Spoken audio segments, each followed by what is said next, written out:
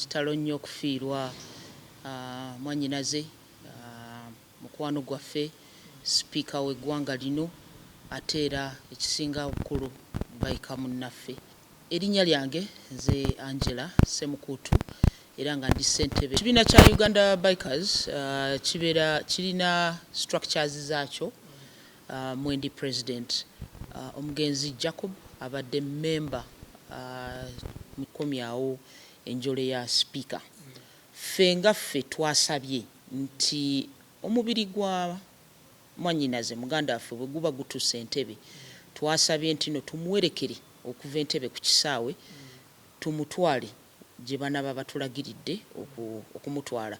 Lwaki twalonze entebe? Kubanga ntebe etuwa stretch ennungi nnyo abavuga pikipiki, etuwa stretch nnungi nnyo. Tumuwerekere bulungi nga ali mu masekkati gaffe, tumuvuge tumutuuse wa gye batunaatugamba wa gye tuba tumutwala. Tulwaloozezza nti ekyo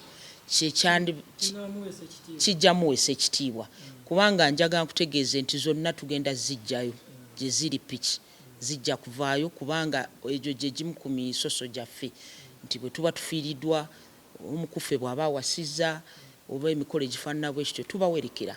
Naye ono ye abadde mwawufu, n'olwekyo era naffe gye tuli twetegeka.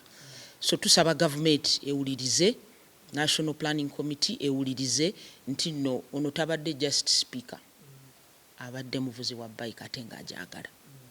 Abantu katono nnyo babuulireko piki gy'abadde avuga, oginnyonnyole bulungi nnyo bagitegeere. Speaker Jacob abadde avuga BMW ya CC 200. Eyo nyiza gigeza ku ki? Kanjigereze ku buboda nga 15. Bw'oba okutte boda 15 n'ozigatta zonna awamu ge g'amaanyi. Eyo piki y'amaanyi nnyo. Erina ku mmotoka ojja kubalanga ka Datsun ndowooza oba kaŋŋambe ka 1,200. Datsun ziba oba 1,600. Eyinza okuba actually kale katugipimire ku kawundo kuba kawundo eri 2.4 ezimu. Pikipiki eyo y'amaanyi era nga bwe mubadde mumulaba agitulako bulungi, erina comfort nnungi nnyo obanga ali mu ddiiro lyo ng'olaba CNN. Erina kye tuyita bells and whistles, esobola okubugumya engalo zo enkuba weeba etonnya. Esobola okukyusa nti kati nvuga musana, kati nvuga mu kkubo lya ttaka, kati ndi ku kikubo kya mayinja. Kwegamba erina mods zesobola okukyusa. Erina ebintu nungi, piki nungi. Ejja n'ebbeeyi naye ate naye erina ebintu byayo birungi. So Jacob gy'abadde avuga. Ku sayizi ye n'obuwanvu bwe, eyo ye piki ebadde musaana mu bika bya piki. Eyo yebadde musaana. Endala ziba ntonoko ate muwanvu ate munene ziba tezijja ajja kuba tagisobola. Ekintu kya security kubanga ugambye nti bike ate abadde speaker, ku kya security abadde akikola kyo kubanga aba security babeera nammwe nga naye abavugiramu, abadde akikola atya? Olw'okuba nti Jacob abadde muntu ali simple nnyo mwe kye mubadde temumanyi nti bw'abadde ng'ajja muffe security abadde agigamba n'eddako ebbali, kubanga muffe abadde awulira essanyu, muffe abadde awulira nti tuli baganda be bannyina be, abadde awulirira emirembe nga ali ku piki. Ekya security nga bwe naggambye abadde namba 3 mu buli mbeera yonna bw'aba avuga security tesobola kubulawo, era ekyo tubadde twakimanyiira nti yasooka mu maaso security ye n'etambula naye. Naye olw'okuba nti evuga naye at least mu kumukulembera, naye wakati awo ffe tumubaako, then security n'ebeera emabega. Naye balina okuba nga basobola okumulaba mu buli mbeera yonna. They have to have a visual okumulaba nti avuga, naye ey'omu maaso ye erina okubeerawo. So ebimu tubadde abadde abigonzaamuko katono olw'okuba yayagala abeere ye nga speaker, abeere ye nga biker. Essaawa eyo aba tali speaker, abeera biker. Ate awulirira mu ggwe. Well, nze president we. So bwe tuba tugenda kuyita route, era route njibulira security. Bwe balaba nti waliwo kye beekengera basobola ogikyusa kubanga ye security. Naye bwe tuba tuvuga nina timu yange ya technical mapping out route gye tugenda okuyitamu. Now bwe tuba tugenda kuvuga naye ekyo tubeera mindful kuba tetuyinza muyisa mu ndeeba. Security nakindeebe yo wabeera naye tukolagana ne timu ye ya security okulaba nti bwe tuba tulina gye tugenda kati nga bwe twali tugenda ku Red Cross Rubaga tufune route ennungi naye nga tetejja compromisinga security ya speaker. Ku katono nnyo ku moments ez'oyinza okugamba nti eno moment yo yali yanjawulo gy'oyinza okuba ng'omujjukirako. Moment gye nnyinza omujjukirako, Jacob abadde asaagasaaga nnyo, avuga BMW GS nga bwe nkugambye, nze nvuga Suzuki, abasinga ze bayita kunama zita superbike biki. Abantu abo aba BMW batera ng'enjogera ya leero batuzaalawa, batera okugamba nti ffe tuli batono bo tebatulabawo kuba bo baba batudde mu ddiiro. Akati twabagamba tugende ku chorus tubalageko. So ekyo kyo tubadde olwo lutalo tubadde tukyalulwana bulijjo. Batusinga mu ttaka naye ate bwe tudda ku chorus kagwayo tubatwala. Kati ye yali agamba atyawo ku myaka gya Jacob epiki gyavuga si ya mpaka si ya nti nvuga misinde, because believe it buli kimu akirabye kweja emyaka. So piki ye kweja emyaka avuga kuba kyayagala, avuga kuba kimuwa emirembe. So tiyitaga kudda ku bana abaana nti katuvuge emipiira gyabike. Ye muntu just avuga mpola bintu bye kunyumirwa tugenze wano tugenze wali. Engeri gye mubadde mukwano gwe nga babayika nga mukwatagana ate nga already eri speaker abadde waliwo kye bateekateeka okubanga ndamwe bayisaawo ensonga zammwe okubanga zikolebwako. Yes, ensonga actually yasooka bwe bali bakola expressway bali tebakkirizaako pikipiki ne boda ne taxi, waliwo ebimisoso egyaliwo ne tu presentinga gundi yaffe nga tuyita mu Jimmy Akena naye member waffe tuvuga naye pitch.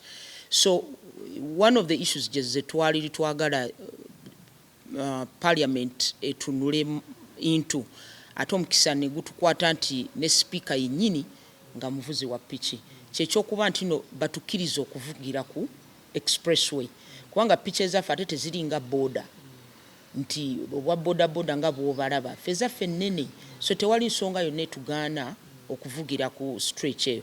Plus naffe tuginyumirwa ogivugirako kuba mpanvu etuwa mileage okustretchinga piki zino ne ziggula bulungi. So ekyo kyali kimu ekyayita ne batukkiriza okuyita. Twakiwandika ne tukimugamba nti mutukkirize kubanga piki ezaffe zaawukana kuza boxer ne bajaj ezaffe nneneko okubisaamu emirundi nga gye nkugambye. So eryeteeka ne liyita. Etteeka eddala lyetubadde si tteeka naye ebintu ebimu bye twagala byatugondezaamu okusinga ekyo kye nkugambye ekisooka. Ekyokubiri kye kya road safety, the Road Safety Act. Mulimu ebintu bye tubadde twogerezeganya nti ebintu ebimu babikyuseemu kubanga amateeka ge twakolerangako edda kati embeera ekyuse, enguudo zikyuse, amateeka gakyuse, ebintu ebyo byonna bikyuse. So mulimu ebintu bye tubadde tukyayogerezeganya in conjunction with the Minister of Transport kuba naye kiba kimukakatako. And lastly is twali twagala oku-including ekintu kya tourism mu babikers. Emirundi egisinga bwe tuvuga, for example ne tugenda kanjogere Fort Portal kuba tugenda Fort Portal next the other week. Waliwo ebifo bye tuyitamu nga ddala byandibadde bitunda ensi yaffe.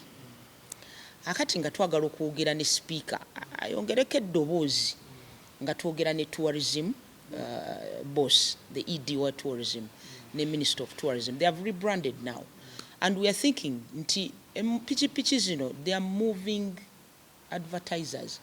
Kwata pichi biri oba ssatu ziyite wano. Abantu balina okuvaayo batunule. Kati kwata pichi asatu. Nga zonna zivuga bwe ziti. Ejja kubanga lwali. Nenga temu ekyo tugamba nti bwe tuba tugenze mu kibuga nga Fort Portal waliwo ebintu bye tusobola okumarketingira ensi yaffe ffe nga ba bikers mutuwe omukisa okwo tubeere part of tourism so that tourism tetuginoonya wabweru wa Uganda wabula eri wano ewaffe waliwo ebifo bingi nnyo wano e Kampala gwe nange bye tutannalaba bye tutawuliranga nako bye tutalabanga nako ninga tejebiri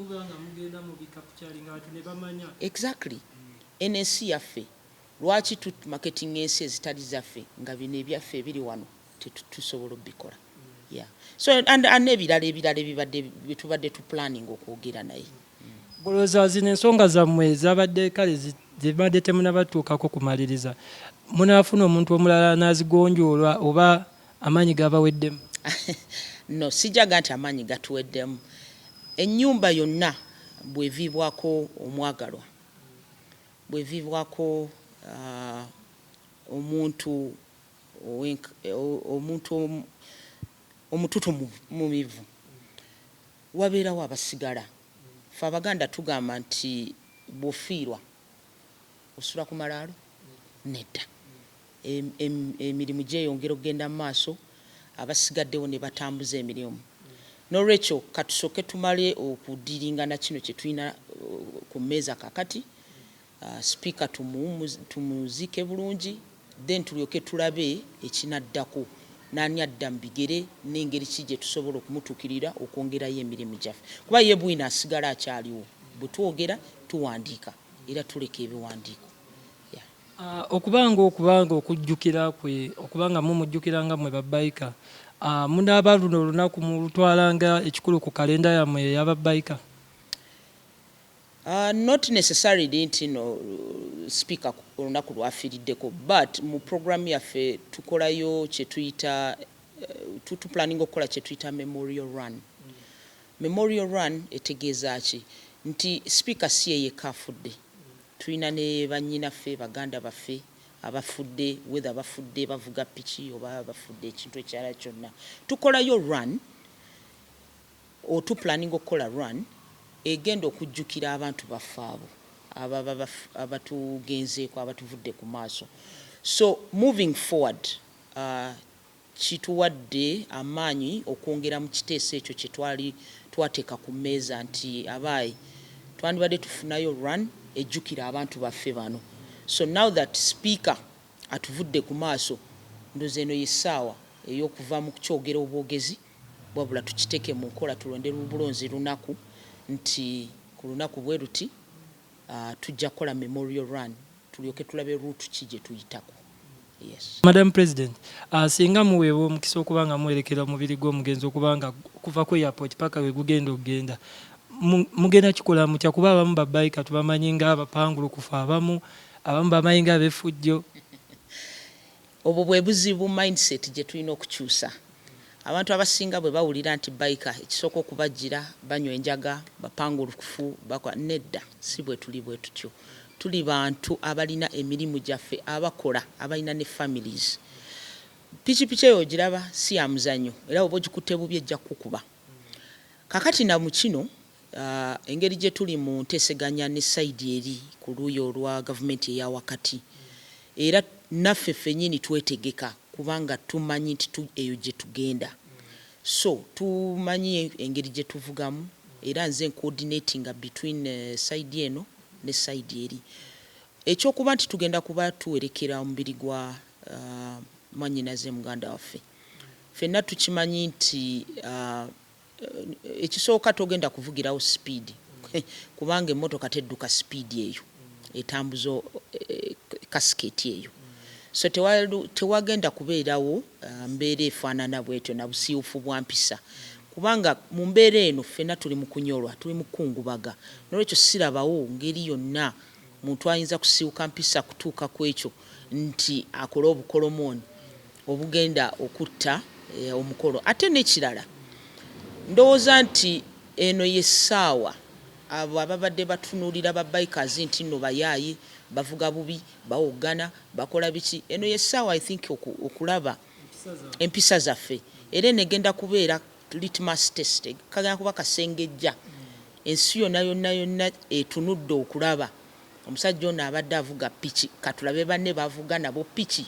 beeyisa batya naffe twagala okubalaga ati mu mbeera gye tweyisaamu y'ensonga lwaki sipiika yajja twegatta kavuge naffe.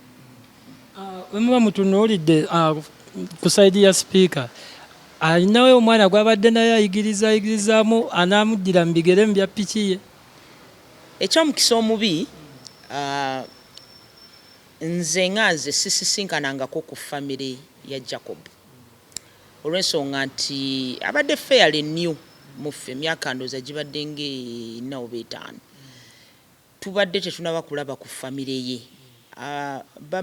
Bayikazi abalala abalina abaana abajja nabo era abasinga ogenda okulanga amugulidde ka KTM ak'abaana abato n'avuga kwegamba bwe kiba kiri mu famire kirwaningira mu famire naye ekyomukisa omubi nti ye tubadde tetunalaba ku baana naye singa gye bali twandibadde twagala okuba nti tubalaba bwe baba nga bali interested kitaawo alese pikipiki abadde yakagigula n'emyaka tibadde teginaba kuwera. That could be where omwana wayinza okutandikira. Kwegamba omwana yali yenna agenda mwemuli okumuyigiriza. Of course naddala nga wa speaker waffe kubanga tubadde tumwagala ne piki gye twamufunira twagimufunira kubanga yeye yali emujjaamu olw'omubiri gwe ne height ye eyo ye piki gye twamuwa. So bw'aba alina omwana tetulina buzibu omwana ajje, we are ready to embrace him oba omuwala tumuyigirize kubanga abasinga balina gundi nti piki zivugibwa abasajja bokka abakyala tebazivuga. Abantu beewunya ne bagamba omukyala asovuga piki naddala enzino ennene nnyo. Omulembe gwe tulimu kaakati ebintu bikyuse. The girl child tumuyigiriza okukola emirimu edda gye twali tulowoozanga nti gyalinga gy'abasajja. Emmotoka ze bavuga kati zisinga n'ez'abasajja. So I think tuvudde mu mirembe giri gye twatunuliranga abantu mu mbeera eyo. Abaana kati basomye, abazadde tuweeredde abaana, ba engineer weebali, ba pilots weebali. Tewali kigaana mwana muwala kola kintu musajja oba mulenzi kyakola. Tewali kimugaana, the sky is the limit. Bw'abanga asobola okukikola, so be it. Bakubirize bakyala banno. Abakyala piki si kintu kibi, kintu kirungi okujjako ng'okikozesezza bubi nga ng'omwenge oba ki. Piki kintu kirungi mujjamu waffe owakakati gwe tulina. Nze emirundi egisinga piki ennyanguira kubanga ntuuka gye ŋŋenda mu ssaawa ze njagala kubanga eyanguwa. Naye ebyokusomoozebwa bingi nnyo. Eyo gye tuyita ofuna abasiya abayogera ki ne bakola ki ebyo jja bisanga naye ekyo tekikujja ku ki ky'oyagala mu mutima gwo. Ekisooka kya bino olina okuba nga epiki ogyagala ogiwulira mu mutima bw'ovuga ogiwulira kola ky'oyagala okukola. Life is short. Tetwagala kutuuka mu myaka 60 ate ne wejjusa iyi mu myaka giri singa nakola kino iyi mu myaka egyo. If you have it bw'oba osobola ogya affordinga oba osobola ogigula kikole. Enjoy life. Yes. Nga tumaliriza omuntu ayinza okwagala okumanya nti ekibiina kino bigendererwa byakyo ki lwaki weekiri biruubirirwa byakyo. Okay. Ekibiina kino we kyatandikira twali tuyimirira ku miramu 3. Ekisooka kya byonna road safety. Road safety mu ekyo ntegeeza ki enkozesa y'oluguudo. Tukozesa tutya oluguudo? Emirundi egisinga ffe abapiki tebatulabawo oba balooza tulinga baboda oli oyina n'okulaba omuntu avuga emmotoka bw'avuga owa pikipiki tamulabawo ayagala mutomera butomezi agamuyisa. Tukozesa tutya oluguudo mu ngeri ey'obuvunaanyizibwa ffenna avuga piki avuga ekidduka avuga ekidduka n'avuga piki n'atambula. Ffenna tukozesa tutya oluguudo mu ngeri ey'obuvunaanyizibwa. Tukola cancer awareness kookolo. Tubuulira abantu ebizibu ebiri mu kookolo ngeri ki gye tusobola okumwewala biki bye tusobola okukola kuba ebiseera ebisinga kanso n'omulaba waliwo ebintu bye tusobola okukola ebisobola okwewalibwa okwewala okufuna kookolo gye biri naye lwakubanga tetubimanyi. Juzi twabadde Buyende nga batubulira nti cervical cancer rates ezebuyende ziri zekubisamu emirundi nga 10 nenga te cervical cancer ali preventable. Is preventable. Basobola okumu preventinga. So ebyo bye bintu bye tutijagala abantu bamanyi. Kyekyo sobola okukola okwewala kookolo. Lastly, kyecha HIV. Tusomesa abantu batandika okumanya akawuka akaleeta mukenenya. Tukewala tutya. Okiraba ne statistics ennaku zino tubadde ne ssenyiga omukambwe ne twerabira ate ebintu bino ebibadde biruma abantu. Naye tulina okusigala ku mulamwa guno tetuguvaako kuba tusomesa abantu. So buli lwe tuvuga piki gye tugenda tuyimirira mu bibuga ebyo ne tubuulira abantu ku ebyo ebintu ebisatu bye nkugambye. And lately twayongeddeko ekyokuna kyekya tourism. Ti buli lwe tutambula bwe tutuuka awantu we tulaba nti ekifo kino ddala kitunda Uganda. Tukubisaawo ebifaananyi ne tutaginga Uganda Tourism Board ne tutaginga bekikwatako nti no look here waliwo ebifo bye tusobola okumarketinga mu nsi yaffe biri right wano kumpi n'ennyindo yaffe. Ebigambo ebisembayo eri abantu bonna babayika abakulaba bonna. Ebigambo ebisembayo okusookera ddala ffe nga Uganda Bikers Association ne babikers abalala bonna tutuuse okunyola kwaffe n'okusaasira eri family ya Speaker Jacob Oulanyah. Kitalo nnyo tufiiriddwa nnyo omusajja omututumuvu omusajja omw'amagezi abadde ayagala nnyo abantu ayagala nnyo okuvuga piki ye byonna tujja byogera tubimale naye kyembadde nzija ngamba abantu nti mwe gye mumumanyidde nti Speaker ffe tumumanyidde ate ku piki nti abadde ayagala nnyo piki ye omutima gwe gubadde munene nga piki gy'avuga abadde musajja nga ayagala abantu mukkakkamu ebyo byonna tubisaaliddwa naye Katonda yagaba ate yajjawo. Mukama Katonda amusonyiwe ebyamusobako katumusabire ne family Mukama agigumye abagumye nti Jacob lived a good life.